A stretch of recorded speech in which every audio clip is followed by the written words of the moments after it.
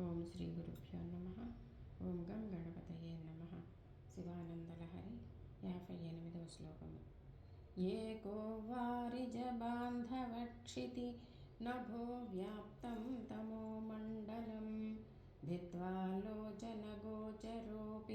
భవసి త్వం కోటిసూర్యప్రభః వేద్యం కిం న భవస్వహో ఘనతరం కీదృగ్భవేన్మత్తమా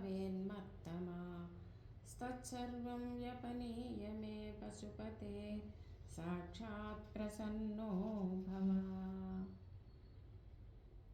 సూర్యదేవుడు పృథ్వీ ఆకాశాలలో వ్యాపించి చీకటిని పారద్రోలుతూ అందరికీ కనిపిస్తూ ఉన్నాడు.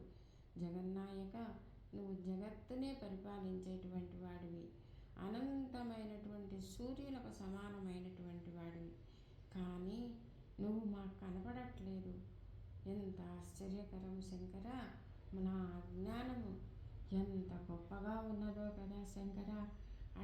అటువంటి నా అజ్ఞానము అనేటువంటి ఆ చీకటిని రూపుమాపి అజ్ఞానము అనేటువంటి చీకటిని నా నుంచి బయటకు పంపివేసి నాకు ప్రసన్నుడవుగా శంకర. నాకు నీ యొక్క దివ్యమైనటువంటి రూపాన్ని మాకు దర్శింపచేయి, మాకు ప్రత్యక్షముగా మాకు కనిపించు శంకర. ఓం శ్రీమాత్రే నమః.